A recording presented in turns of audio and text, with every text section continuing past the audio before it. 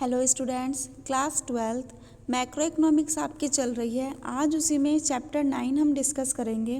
Hopefully आपकी study अच्छी चल रही होगी, आप बोर्ड प्रिपरेशन कर रहे होंगे अच्छे से। ठीक है, तो चैप्टर 9 के एक्सप्लेनेशन देखते हैं। Excess demand and deficient demand. यहाँ पर हमारा जो चैप्टर 9 है वो excess demand and deficient demand है। इससे पहले हमने जो चैप्टर में पढ़ा था वो एग्रीगेट डिमांड और एग्रीगेट सप्लाई पढ़ा था। ठीक है, तो यहीं पर हमें उस चीज़ को एक्सेस करना है। चलिए, फर्स्ट टॉपिक हमारा जो है एक्सेस डिमांड। तो excess demand refer to the situation when aggregate demand is more than the aggregate supply. यहाँ पर एग्रीगेट डिमांड ज़्यादा होती है किससे? एग्रीगेट सप्लाई से, है ना। तो corresponding to full employment level of output in the economy. अब full employment of output in the economy क्या है कि भाई अगर एग्रीगेट डिमांड ज़्यादा है, मीन्स डिमांड बढ़ रही है, डिमांड अगर बढ़ेगी तो हमारी एक्सेस डिमांड होगी। सप्लाई से ज़्यादा यहाँ पर डिमांड एक्सेस हो रही है, वो डिमांड बढ़ रही है, तो एम्प्लॉयमेंट में प्रोडक्शन भी, आउटपुट भी हम ज़्यादा करेंगे। ठीक है, तो यहाँ पर जब डिमांड बढ़ रही है तो हमारा एम्प्लॉयमेंट कैसा हो रहा है? फुल एम्प्लॉयमेंट हो रहा है। किसमें? इकोनॉमी में। क्लियर हुई बात। अब फुल एम्प्लॉयमेंट किस तरह से होगा कि भाई एक पर्सन तो ऐसा है कि उसको काम करना है और काम मिल नहीं रहा, लेकिन एक ये है कि काम करना भी चाहता है और काम मिल भी रहा है, तो वो हमारा फुल एम्प्लॉयमेंट कहलाता है कि हम अपनी इच्छा से काम को कर भी रहे हैं और हमें काम मिल भी रहा है। ठीक है, तो ये था आपका एक्सेस डिमांड। सेकंड बात करते हैं इन्फ्लेंट्री गैप। इन्फ्लेंट्री गैप हमारा होता है कि हमें यहाँ पर कुछ देखना होगा कि हमारी जो डिमांड है वो ज़्यादा होगी, किस तरह से सप्लाई होगी, यानी कि महंगाई। इन्फ्लेंट्री बोलते हैं हम महंगाई को। ठीक है, कि इन्फ्लेंट्री में हमें पता चलता है कि महंगाई को हम किस तरह से यहाँ पर कर सकते हैं। ठीक है, चलिए, excess demand give rise to an inflationary gap. Excess demand rise करता है किसको? इन्फ्लेंट्री गैप को।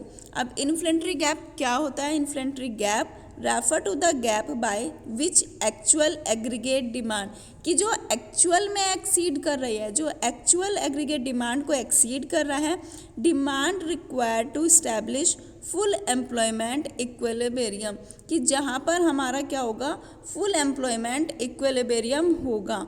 यहाँ पर हमें क्या देखना है कि फुल एम्प्लॉयमेंट इक्विलिब्रियम किस तरह से होगा, ये आपको एक ग्राफ के थ्रू मैं बताऊंगी। ठीक है, तो इन्फ्लेंट्री गैप हमारा जिस गैप से हमें एक्चुअल एडी, यानी कि हम जो इकोनॉमी में प्रोडक्शन कर रहे हैं, हम जो आउटपुट कर रहे हैं वो एक्चुअल में कर रहे हैं, वो एक्चुअल एक्सीड हो रहा है, यानी कि डिमांड ज़्यादा होगी तो सप्लाई कम होने पर महंगाई भी तो हो सकती है कि हमने डिमांड तो है और हमने उस डिमांड के अकॉर्डिंग अपना प्रोडक्शन भी कर लिया, लेकिन अगर उसकी सप्लाई ना हुई, है ना, तो ये सब चीज़ें हमें देखनी होती है कि हमें किस के अकॉर्डिंग किस चीज़ को एक्सीड करना है, कितना प्रोडक्शन करना है और किस तरह से सप्लाई को करना है। ठीक है, तो एग्रीगेट डिमांड रिक्वायर्ड करती है कि स्टैब्लिश फुल एम्प्लॉयमेंट इक्विलिब्रियम, कि फुल एम्प्लॉयमेंट इक्विलिब्रियम किस तरह से होगा। ठीक है, चलिए, अब यहाँ पर एक ग्राफ आता है। ठीक है, अब देखो मैंने यहाँ पर आपको एक ग्राफ दिखाया हुआ है। ओ एक्सिस वाई ले लिया हमने, ओरिजिन ले लिया। ठीक है, यहाँ पर हमने इनकम, आउटपुट और एम्प्लॉयमेंट आ गया। ठीक है, एग्रीगेट डिमांड रख दी हमने। फिर यहाँ पर हमने क्या करा? एडी, एग्रीगेट डिमांड को बनाया, यानी कि हमारा कंजप्शंस प्लस जो भी हमने यहाँ पर बताया था, वाई हमारा एएस आ गया, एग्रीगेट सप्लाई हो गया, यहाँ पर हमारा ये एग्रीगेट डिमांड हो गया। ठीक है, उसके साथ ही हमने क्या किया था कि हमें यहाँ पर अपना एक गैप भी बनाना है। तो यहाँ पर हमने दोबारा से जब न्यू फुल एम्प्लॉयमेंट किया है तो यहाँ पर हमें इनके बीच का जो ये गैप होगा, ये गैप हमारा फुल एम्प्लॉयमेंट इक्विलिब्रियम कहलाता है। यहाँ पर भी सी प्लस आई कंजप्शंस और आपकी इनकम को ऐड कर दिया, यहाँ पर भी हमारा वाई ए एस हो गया, ये है ना। तो जो ये बीच का गैप इन दोनों के बीच में आ रहा है, ये हमारा यहाँ तो हो गया इन्फ्लेंट्री गैप कि इतना प्रोडक्शन नहीं है, इतना आउटपुट नहीं है जितना हमने करा था, लेकिन जो ये बीच में आ रहा है ये हमारा फुल एम्प्लॉयमेंट इक्विलिब्रियम होगा, क्योंकि यहाँ पर हम क्या कर रहे हैं? एक्सेस कर रहे हैं। मैंने आपको लास्ट वीडियो में बताया था कि आपको जब ये बनाना होगा तो ये आपको 45 डिग्री का एंगल बनाना होगा, है ना। तो 45 डिग्री का हमने ये एंगल लिया, उसके साथ ही हमने क्या किया कि भाई हमारा यहाँ पर इन्वेस्टमेंट अगर हम कर रहे हैं, यहाँ पर हमारा कंजप्शन और इन्वेस्टमेंट हो गया, यहाँ पर हमारा कंजप्शन इन्वेस्टमेंट प्लस हमने जो भी चेंजेस किए हैं वो आ गए। इन दोनों के बीच का जो डिफरेंस हमारे पास आ रहा है, जो गैप आ रहा है, ये गैप तो कहलाएगा इन्फ्लेशनरी गैप, ठीक है। और ये जो बीच का डिफरेंस है ये हमारा कहलाएगा फुल एम्प्लॉयमेंट इक्विलिब्रियम, ठीक है। और जब आप इस ग्राफ को बनाओगे ठीक है, तो यहाँ पर आपको जब ये लाइन आपको बिल्कुल सीधी लेके जाने, तो ये 45 डिग्री का एंगल बनाओगे। मैंने लास्ट वीडियो में बताया था कि जब तक आप इसको 45 नहीं लिखोगे आपके मार्क्स भी कट सकते हैं, तो 45 डिग्री एंगल आपको बनाना होगा ज़रूर, ठीक है। तो ये एग्रीगेट डिमांड का हमारा क्या था कि इन्फ्लेशनरी गैप हो रहा है और फुल एम्प्लॉयमेंट हो रहा है, कहाँ पर, इस गैप के बीच में AD और ADC plus I plus delta I, यानी कि जो भी हमारा कंजप्शन इन्वेस्टमेंट होगा, इन दोनों के बीच का जो गैप होगा वो फुल एम्प्लॉयमेंट इक्विलिब्रियम कहलाएगा। क्लियर है। चलिए नेक्स्ट टॉपिक पर आते हैं हम। नेक्स्ट टॉपिक है हमारा reason for excess demand. Excess demand के रीज़न क्या क्या हैं, ठीक है। Rise in the propensity to consume, यानी कि अगर हमारा इनकम बढ़ेगी, हमारी इनकम को बढ़ रही है, हाँ भाई हमारी इनकम इंक्रीज हो रही है, तो हम कंज्यूम भी बढ़ाएंगे ना भाई। अगर हमने कोई प्रोडक्शन किया है, प्रोडक्शन के साथ साथ हम उसी के साथ तो अपना सारा आउटपुट लेकर चलेंगे कि मेरे पास अगर इतनी डिमांड आई है तो मुझे इतना आउटपुट, इतना प्रोडक्शन करना है। तो यहाँ पर rise in the propensity to consume कि अगर इनकम बढ़ रही है तो कंज्यूम भी बढ़ेगा, ठीक है। नेक्स्ट आता है हमारा reduction in tax. Reduction in tax क्या होगा भाई कि हमारा जो है टैक्सेस को कम कर दिया जाए। अगर गवर्नमेंट टैक्सेस कम कर देती है तो भी AD हमारी एग्रीगेट डिमांड तब भी हमारी सही हो सकती है ना, कि गवर्नमेंट टैक्सेस को कम कर दे। नेक्स्ट आता है increase in government expenditure. Government अपने एक्सपेंडिचर करती है, गवर्नमेंट कहाँ पर खर्चा करती है, किसी हॉस्पिटल में, गवर्नमेंट स्कूल में, है ना। ये सब चीज़ें जो गवर्नमेंट के अंडर में आती है तो गवर्नमेंट वहाँ पर अपने क्या करती है, एक्सपेंसेस करती है। Increase in investment, government investment भी करती है ना, कि भाई अगर मुझे इंपोर्ट करना है या कुछ करना है तो मुझे कुछ इन्वेस्टमेंट कहीं ना कहीं गवर्नमेंट को लगाना ही होता है। जैसे बजट बनाते तो गवर्नमेंट का पहले एक टारगेट होता है कि यहाँ पर किस तरह से इन्वेस्टमेंट किया जाए, ठीक है। फॉल इन इम्पोर्ट, यानी कि इम्पोर्ट को कम किया जाए, ठीक है। राइज इन एक्सपोर्ट, और एक्सपोर्ट को बढ़ा दिया जाए, क्योंकि जब हमारे प्रोडक्ट, हमारा प्रोडक्शन जब बाहर जाएगा, एक्सपोर्ट होएगा तो डिमांड भी बढ़ेगी। भाई हमने कोई एक प्रोडक्शन किया है किसी भी प्रोडक्ट का, और वो प्रोडक्ट हम अपना राइज कर रहे हैं, हम बाहर भेज रहे हैं उस प्रोडक्ट को। अगर वो प्रोडक्ट हमारा बाहर जा रहा है, एक्सपोर्ट हो रहा है, तो हमारी डिमांड भी आएगी। जितनी डिमांड आएगी उतनी ज़्यादा उसकी सप्लाई भी होगी। क्लियर है। डेफिशिएंट फाइनेंसिंग, भाई जब RBI अगर नए नोट प्रिंट करेगा तो गवर्नमेंट खर्च भी तो करेगी, तो पैसा आएगा तो एक्सेस डिमांड भी बढ़ेगी, है ना। तो यहाँ पर क्या हो रहा है कि हमें फाइनेंस भी देखना होगा कि अगर हम कुछ फाइनेंस करना है हमें, तो वो गवर्नमेंट का भी तो एक्सपेंसेस होगा। तो ये सब चीज़ें हमारी क्या थी, reason for excess demand. Excess demand के कुछ कारण थे जिस तरह से हमारी एक्सेस डिमांड को हम कवर अप करते हैं, ठीक है। तो फर्स्ट था rise in the propensity to consume, reduction in taxes, increase in government expenditure, next है increase in investment, fall in imports, rise in export और डेफिशिएंट फाइनेंसिंग।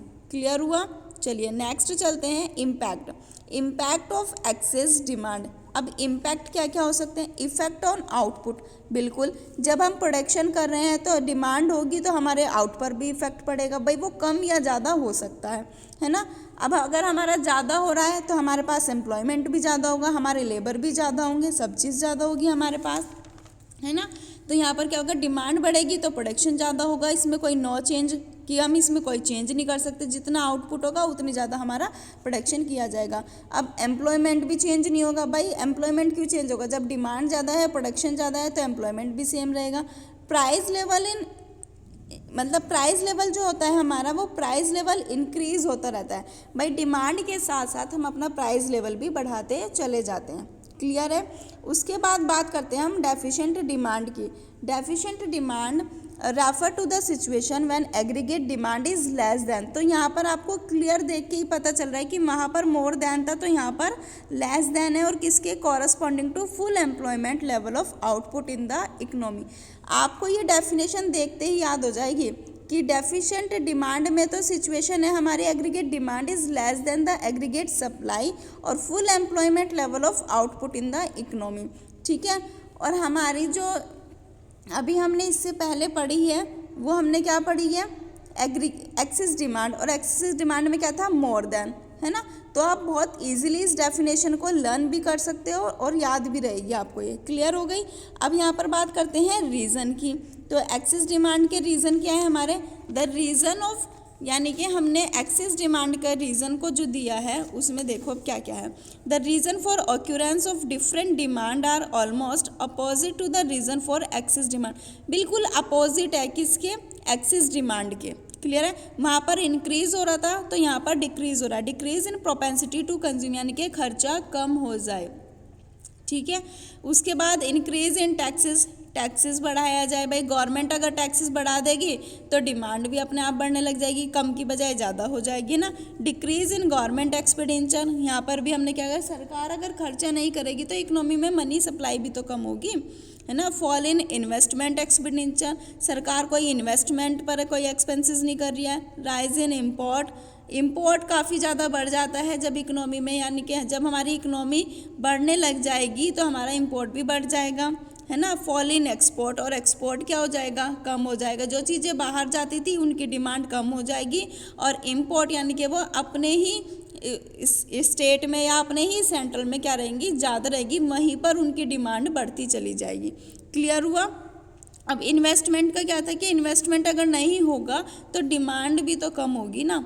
क्लियर है ये बात। चलिए इम्पैक्ट देखते हैं, impact of deficient demand. Deficient demand, भाई जब कोई प्रोडक्शन नहीं करेंगे, खर्चा नहीं होगा तो फिर आउटपुट भी कम होगा, इफेक्ट पड़ेगा आउटपुट पर भी, है ना। इफेक्ट ऑन एम्प्लॉयमेंट भी कम होगा कि जब हमारा आउटपुट नहीं हो रहा, प्रोडक्शन नहीं हो रहा तो हमें लेबर भी नहीं चाहिए, लेबर नहीं चाहिएगी तो एम्प्लॉयमेंट भी कम होगा।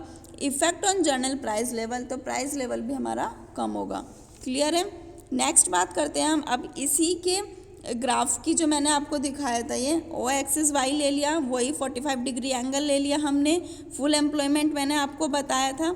अभी हमने जो लास्ट ग्राफ देखा था उसमें मेरा यहाँ पर फुल एम्प्लॉयमेंट हो रहा था, है ना, फुल एम्प्लॉयमेंट इक्विलिब्रियम होता। लेकिन अब जो ये गैप होगा ये मेरा डिफ्लेंट्री गैप होगा, यानी कि कमी को दर्शा रहा है, कोई चेंजेस नहीं है, सेम वही है। Income, output, employment, full employment यहाँ पर हो गया, पहले हमारा फुल एम्प्लॉयमेंट यहाँ पर हो रहा था। वाई एक्सिस वही है आपका, ADC+I वही है ना, सेम है। जब आप इसको पढ़ोगे, चैप्टर को रीड करोगे तो बहुत अच्छे से समझ में आएगा ये आपको।